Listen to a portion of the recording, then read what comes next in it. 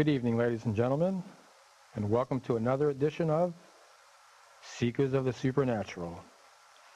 My name is Tony Spera. I'll be your moderator tonight, as I have in all past shows. Tonight we're going to be speaking about something truly horrific, truly amazing. We're going to be talking about the most haunted location in all of Great Britain. The location I'm speaking about, Borley Rectory. A rectory right outside a small town of Long Melford in England, which was built in 1863 by the Reverend Henry Bull. I've been there. I've visited that location on several occasions. The Warrens, however, Ed and Lorraine, have been there over 24 times. Every single time they've been there, they've been witness to phenomena. It is, in fact, the most haunted location in all of Great Britain. What I'd like to do now is start with Ed and Lorraine and ask about your first experience at Borley. The first experience for me was phenomenal. It was really phenomenal. It's about the only place, Tony, other than going into a home where poltergeist activity is prominent, that everything happens as soon as you get involved.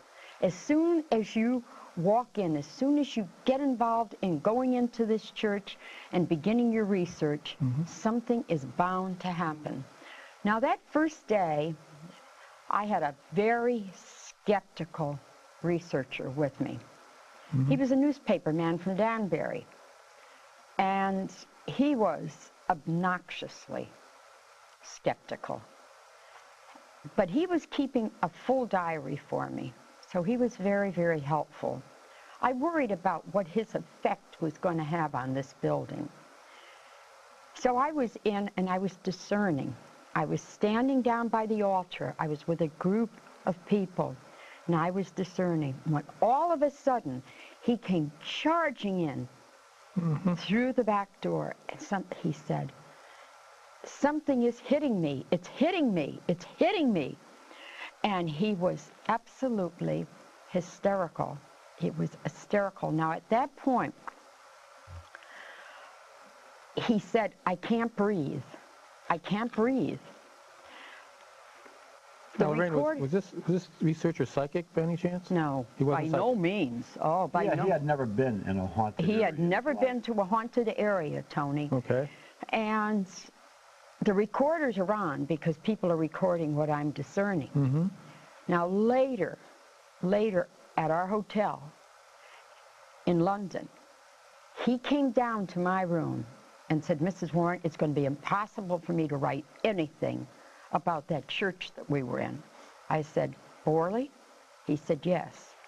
He said, "The tape that you gave me where you were discerning," he said, "you can hear when I come in the room, and I'd like to play it for you."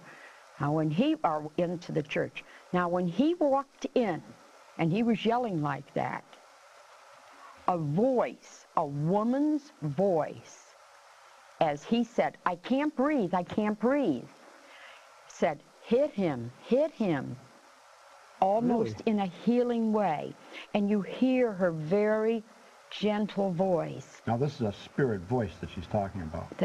Now, this was the first day. Now, when I was leaving the church, I knew something about the background of it. That's why we were drawn there.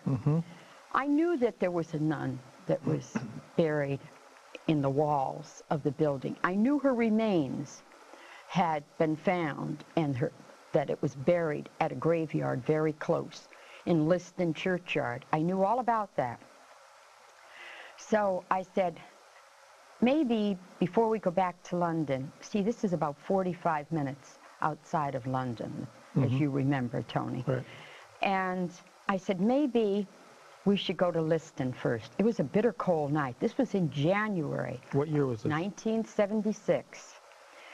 And so we went to Liston, and the photographer who I had with me, he was froze. We were all froze. But something told me to have him get out and snap some pictures.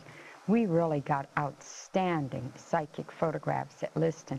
In fact, Tony, in our book, The Demonologist, it tells about that particular day when I went there for the first time, and it shows the psychic photograph where you see a stone that forms a cross, and it's glowing. It's glowing as if you had bright lights on it. And no lights, of course, were on it at all. It's in a very, very rural area. I have to tell you that this particular house, the most haunted house in England, which was written by Harry Price, he was your very earliest of Ghostbusters, very famous man.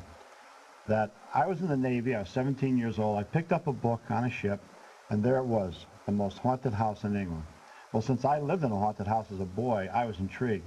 And I said to myself, if ever I come back again to England, I've got to visit that house. And we did. And every year, Lorraine and I visit it. And the first time that Lorraine and I went together was the following year. No, the following May, honey. So I said, Yeah. the following year. Yeah. 1970. 76. Yes, 76, And- the same year. And we went with two young women who were clairvoyants. Actually, one was a psychic photographer, the other was a clairvoyant. And I'll never forget that night. We had to get permission to go into the church. So who did I send up? Lorraine. She goes up to the caretakers, and she knocks on the door. I'll never forget it.